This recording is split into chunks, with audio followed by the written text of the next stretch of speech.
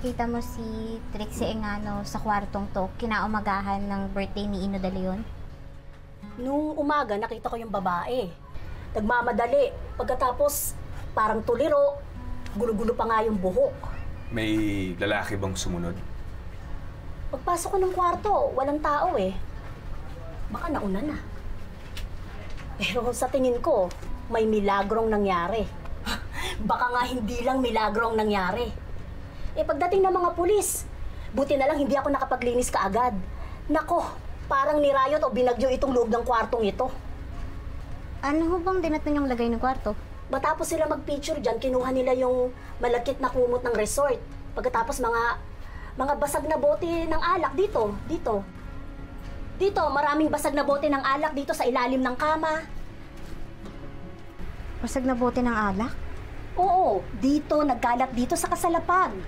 May mga dugo pa nga eh. Boy, mukhang napasobra yung party mo kagabi oh. Ito, mula lang to. Galos lang to. Tinulak ko siya. I tried to fight back. I even hit him with a bottle. Pero lalo lang siya nagalit. Dito siya nasugatan? Sino? Basta maraming bubog dito, mga basag na bote ng alak. May mga dugo din. Sigurado ko, may nasugatan nga dito.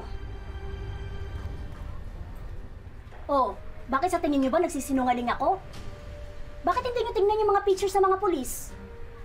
Oh, ito, yung nasa cellphone ko.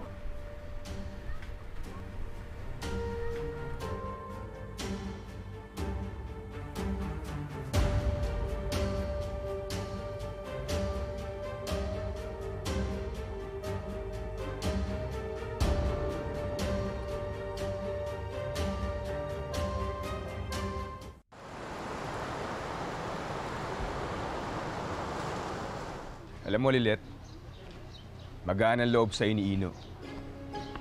Kaya nga ikaw ang gusto niya maging co-counsel eh. Tanungin mo na kaya siya.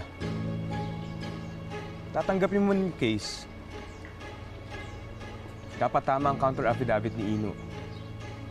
At kung hindi, alam mo na yung mangyayari. Dapat magsabi ng totoo si Ino sa akin. Ayoko naman padalos-dalos sa desisyon ko eh. Hirap ng sitwasyon mo. Alam ko hindi dahil kapatid mo lang si Trixie kaya ka nahihirapan. Pero dahil alam mo kung saan ka man pumanig, dapat yun ang tama. Dapat yun ang totoo. Hindi ko na nga alam kung ano yung totoo.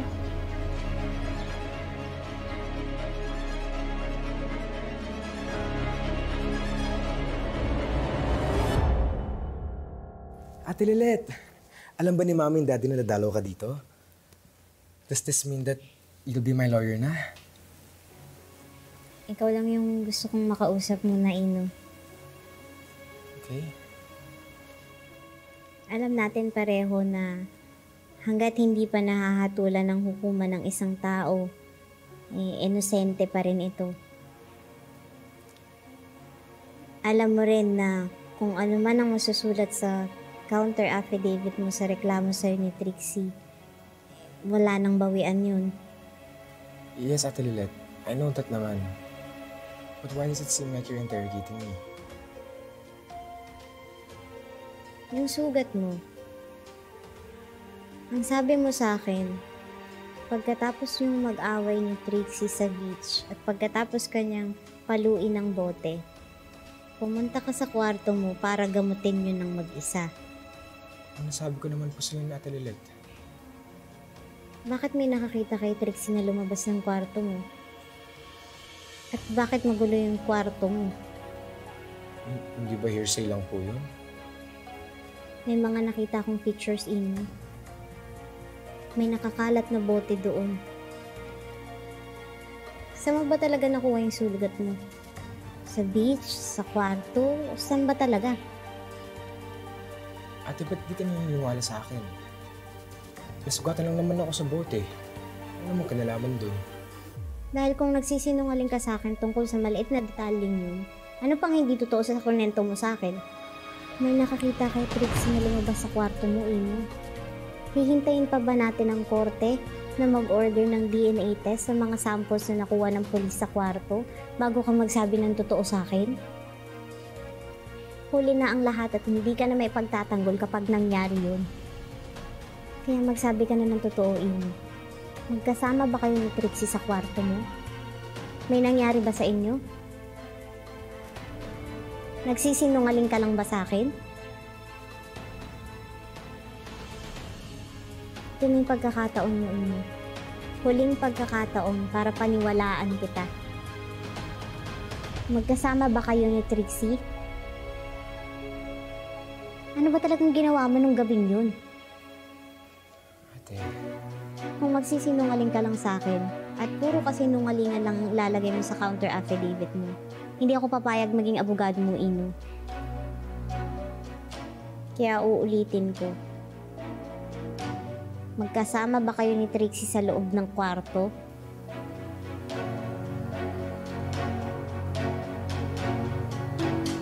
oo. Ginalaw mo ba si Trixie? Oo. May nangyari sa aming dalawa.